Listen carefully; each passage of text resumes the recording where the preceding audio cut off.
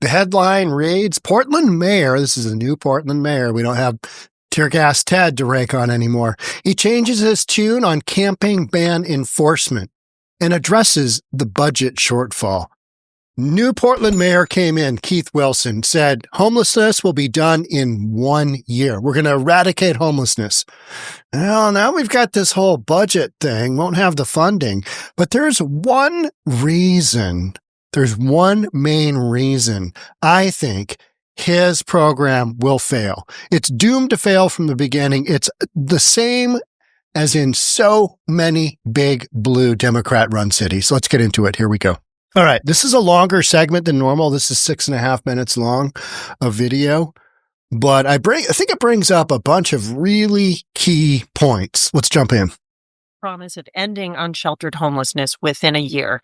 It's very ambitious. Some people called you crazy. Yeah. Now that you've been in office for a month and you've seen the inner workings of Portland city government, are you concerned about that goal? Do you still think we can get that done? Angelica, I'm more emboldened than ever. I'm more hopeful and I'm more certain it's going to happen now. The outpouring of support, the first meeting I took was from the business community, and they offered 40 facilities for potential shelters. We have an announcement next week. You're going to be so excited about this next iterative process to the sheltering plan we're adding. We had a private building owner of micro apartments call us last week and say, I have 215 units. We want in. It is no longer about me just pushing that rock up there. Talking about putting a whole bunch of units out there so that the city of Portland has the ability to basically tell people, we've got a unit for you. We need you to go there instead of letting them live on the sidewalk, instead of letting them live in the park. So number of units comes down to where they can put people. There's a problem. Let's keep going. The hill. We're there. We're order takers now. We're on the downhill slope of just talking to the community, and everybody's excited and interested in moving Portland forward. Okay. So I will tell you, all right. Where you would think I would feel more daunted this moment that I have the job, it's absolutely 180 degrees. I'm more encouraged and emboldened to make sure that we are going to deliver on that. Okay. Talk about your strategy. Sure. Explain it to people when they say, how are we going to do this in 1 year? How is it going to work? To simplify it, we're going to set up a network of nighttime emergency shelters. Other shelters, if somebody wants to provide a 24-hour shelter, you'll see the next one we add. We're going to add the facilities we need because that's the missing link. That's the first inning. We're going to augment it with day centers. So somebody who may have life-saving needs at night, we still need to find out what their need is. Is it a ride home? Is it treatment referral for mental or drug addiction? Third, a ride home. Like, to where? Some of this is so simplified, oversimplified, that either I don't get it or it's just so oversimplified. It just doesn't make any sense at all. You're dealing with about a really whacked out crew in Portland. I mean, more mentally whacked out than most places, because people go to Portland because they know this is where the best homeless living is. You got all the money, you got all the libtards that just love the homeless industrial complex. They love to fund that. They love to feed that because it makes them feel good about their virtue signaling. We're going to take and relieve the pressure on our households and our businesses so they can succeed. The only way you take the pressure off them is if you get rid of homelessness. And all you're doing is adding another segment, the night shelter, to your shelter system, which people don't want to go into. But, I'm going to keep an open mind. Let's keep going. Force our community safety laws, no tent camping, no RVs, no makeshift shelters. Okay. All of that takes the pressure off of our homeless service providers to then provide the long-term homeless services and the long-term housing we need. We have to take that pressure off the system. So that's kind of that 1, 2, 3 approach that we need to. Here's the problem. Most of the homeless that are on the sidewalk, on the streets, that are in parks, that are, camping wherever they shouldn't be, they're not going to say, I'll take your offer of overnight shelter. They're not going to say, I'll take your offer of day shelter. Because they don't want to go. They want to keep doing their drugs. They want to keep doing their thing. And this misguided notion that you can just offer them housing, they're going to take it. Or, hey, why don't you check out some treatment? No, hey, how about you check out some mental health care facilities that we think you need to maybe check into? No, they're just going to stay right where they are and continue doing drugs. Now, if Portland does something next level, which is, okay, you can't stay here, then I'm on board. But we're not talking about involuntarily commitment. We're not talking about involuntarily putting people where they shouldn't go, like jail. But if we were, okay, all right, different twist. To address unsheltered homelessness. Why do you think night shelters are so important? I know we sort of moved away from that several years ago in the city. We didn't want to see the long lines of people waiting to get into a shelter at night. Why is it so important to bring that back? So I've researched the last many years, most of the cities in this is interesting. They all have certain data points. We found that cities that relied upon or used nighttime shelters to augment their system. Keep in mind, it's not the holistic approach. It's only one of 4 parts. You need nighttime emergency shelters so nobody has to sleep on the street at night, augmented with 24-hour shelters. But again, this is where they want to sleep. This is where they want to be. They want to continue their lifestyle, buying and selling stolen goods, human trafficking, sex trafficking, doing the drugs, smoking the fatty, ripping the meth, whatever it might be. They want to continue that. Whereas we've got all of these do-good politicians that, with this misguided compassion, believe that if they just give them this ability to get into shelter, into housing, that they're going to make a miraculous turnaround. Not happening. Ain't happening. Have you seen these whacked out people?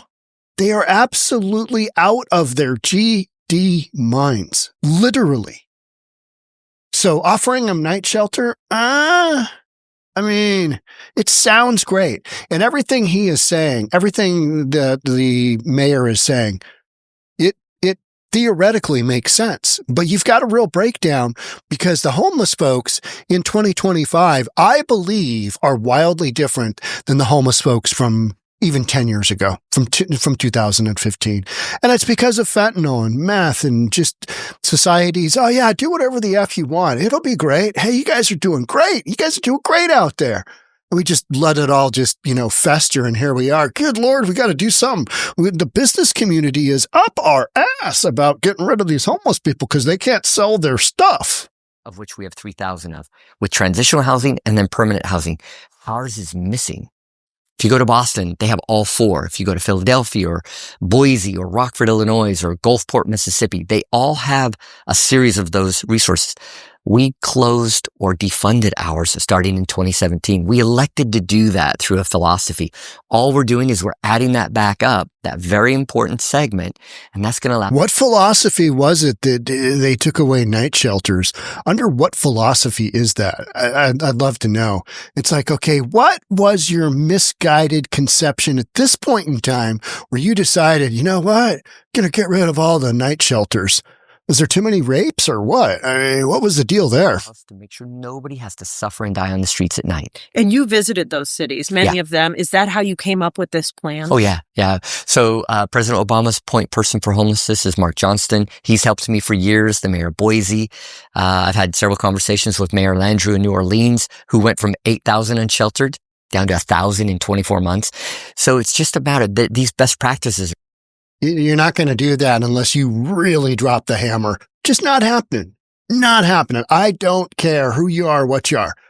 But this is Portland, remember? This is Portland. Portland isn't dropping the hammer on anything. Right? Except maybe Republicans. Oh, good Lord. Those people are the devil. They're out there. Go and find the best one, shamelessly steal it, and bring it back to Portland and get going. Okay. That's how you started Shelter Portland. That's exactly. Yeah. If you look at the Leadership Council on Shelter Portland, Congresswoman Dexter's a part of it. Mayor of Boise's a part of it. Mark Johnson. We brought in some of the national leaders, many of which who have ended unsheltered homelessness. So this isn't a promise. This is just simply a boilerplate that other communities are using that we're not. When do you think Portland started making the mistakes that left us in this? Great question. I think it was an ideology that we really wanted to focus on. We wanted to provide 24-hour care, and it sounds great. But when you go from a nighttime shelter to a 24-hour shelter, you've tripled your cost and didn't add one bed. And then we reduced some of the requiremets. We reduced our stay limits, which were 90 days, and we extended it to 2 years. There's no engagement requirements for somebody in a shelter. There's no bed utilization. So you don't even, in some cases, some shelters, you don't even have to sleep in the bed. Like my neighbor Elizabeth, there you go, is in a tent outside of a shelter. She's addicted to fentanyl. And so her dealer's in the next tent. She also keeps a bed at a shelter. She doesn't sleep in it. She just has to check in every 72 hours. And so she gets food, laundry, and showers there. And she doesn't use the bed. So that's taking a bed from somebody in absolute life-saving need. So you'd see the structural changes, but everybody's working to change it back.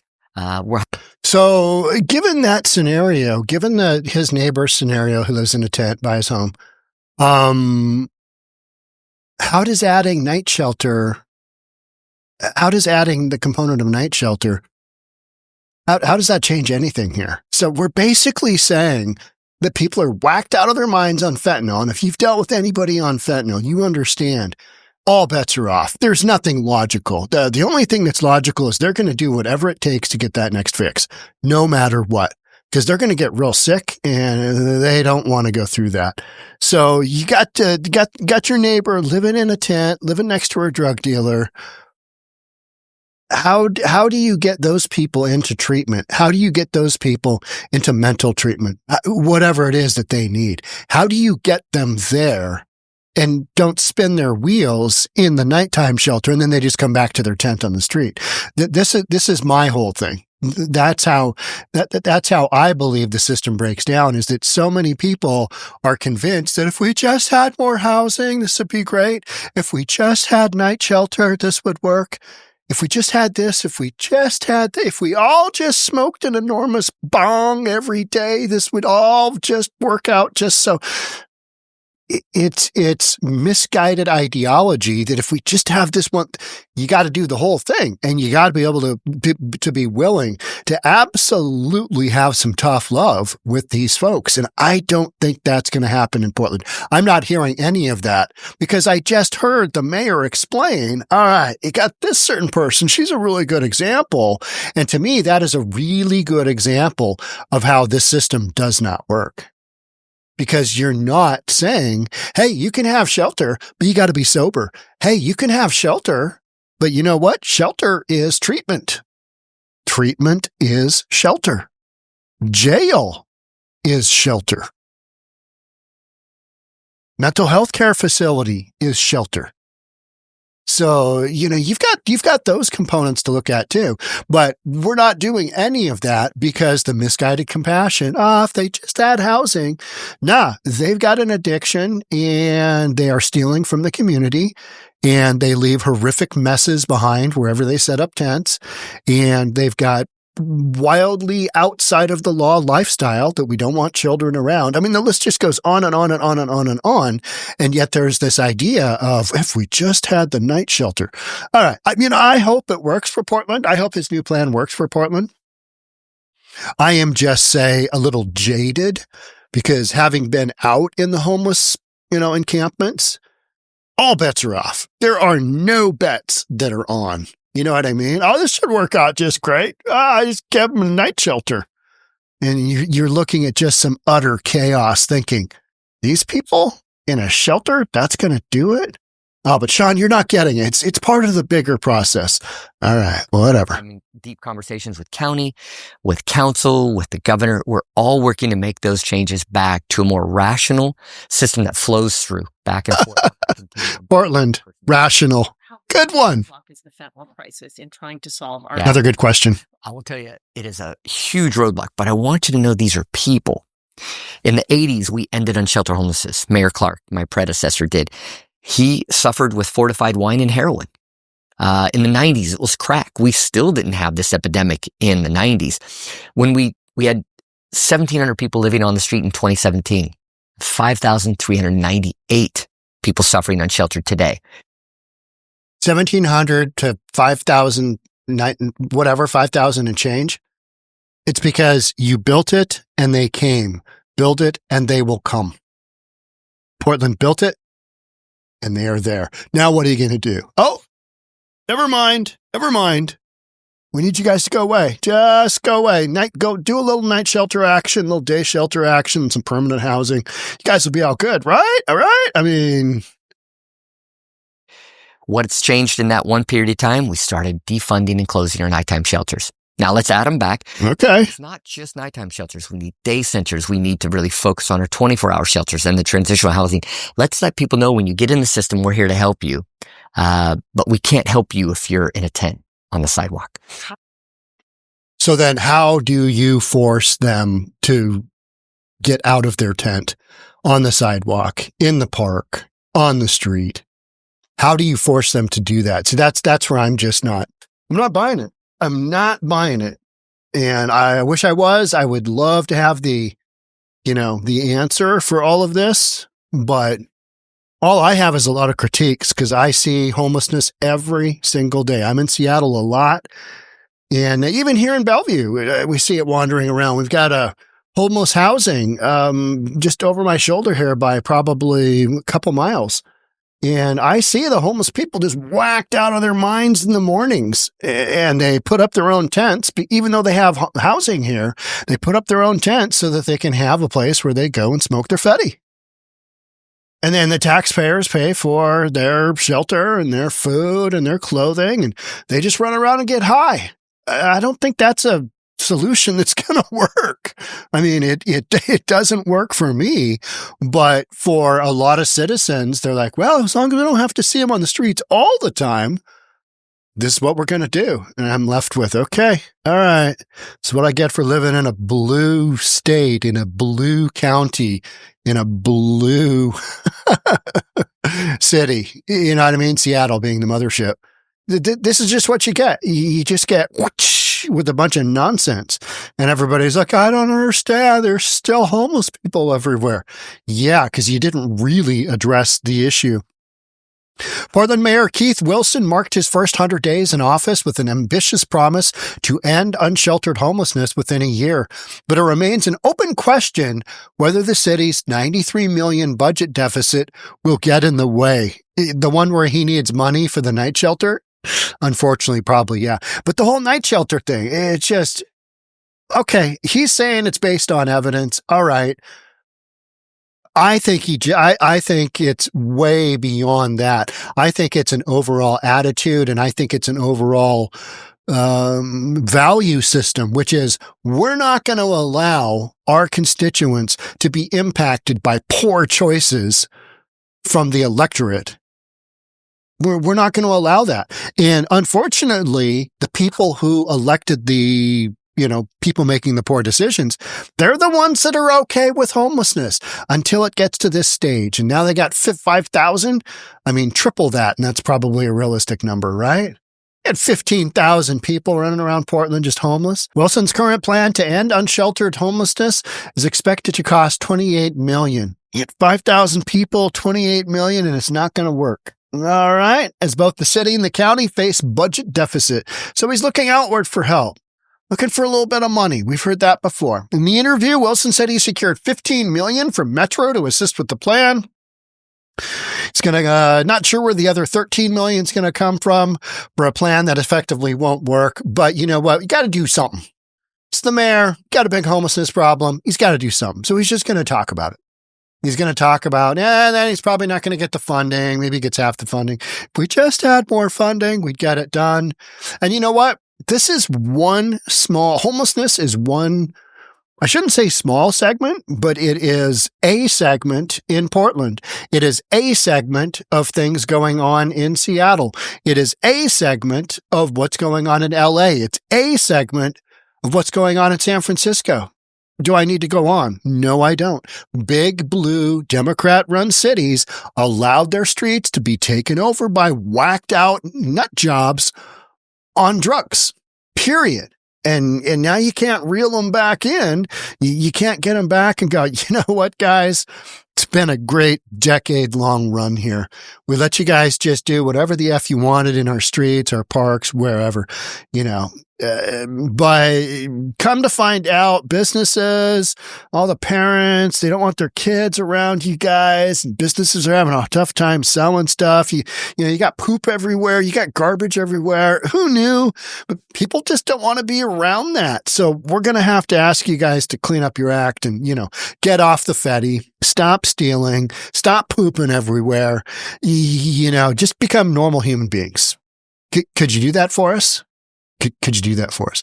Have you ever talked to a whacked out nut job on drugs in a homeless encampment? That conversation does not exactly follow rational. Go talk to one. Go talk to one and see what they say. Somebody wanted me to interview some nut job and get have them talking about aliens coming down and a bunch of stuff just to show how ridiculous those conversations are, but I don't need to. And, if you've watched enough footage, you understand that these are people, and they need a lot of help. And unfortunately, the night shelter might be a start, but it really isn't going to amount to much of anything, in my opinion, as a real estate appraiser, as a managing broker, but as somebody who's lived in Seattle, my whole life, and I've watched it devolve. And it's because of leadership that's got us here, because there are other cities in the United States that have not devolved into this. And oftentimes they are run by Republicans. Weird. How does that work out? Yeah, or moderate Democrats. Yeah, we don't allow that to take place here. So here's your three options. You can go to jail, you can go to treatment, and you can go to a psych ward if we can find you one. But you got to go. You got to go. If Portland started doing that, all right, they're pushing back on it. Then who gets the homeless? Other cities who aren't doing that. That's who gets them. And so now you've got a city, Portland, that doesn't have that. Somebody else does. You've essentially played the ultimate whack-a-mole game. And until you start to really hammer down on these people, hey, we'll get you housing, but you got to be sober. Or, hey, you know what? It looks like you might need somebody to check you out and see if you should be living by yourself on the streets. This just doesn't seem like a rational plan, and it never is, right?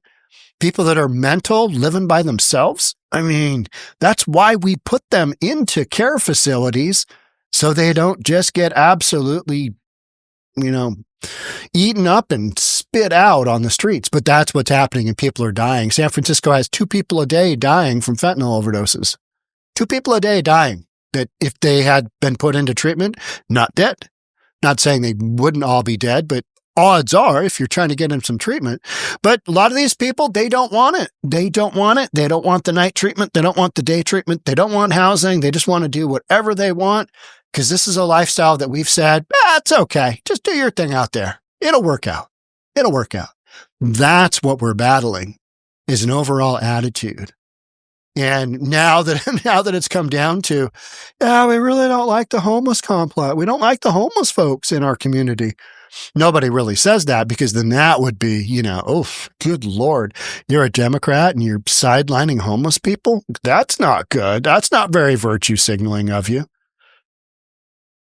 They're too busy, making sure that ICE doesn't get involved with the deportation of criminal illegal aliens from their community. No, leave them there. They're mostly safe individuals.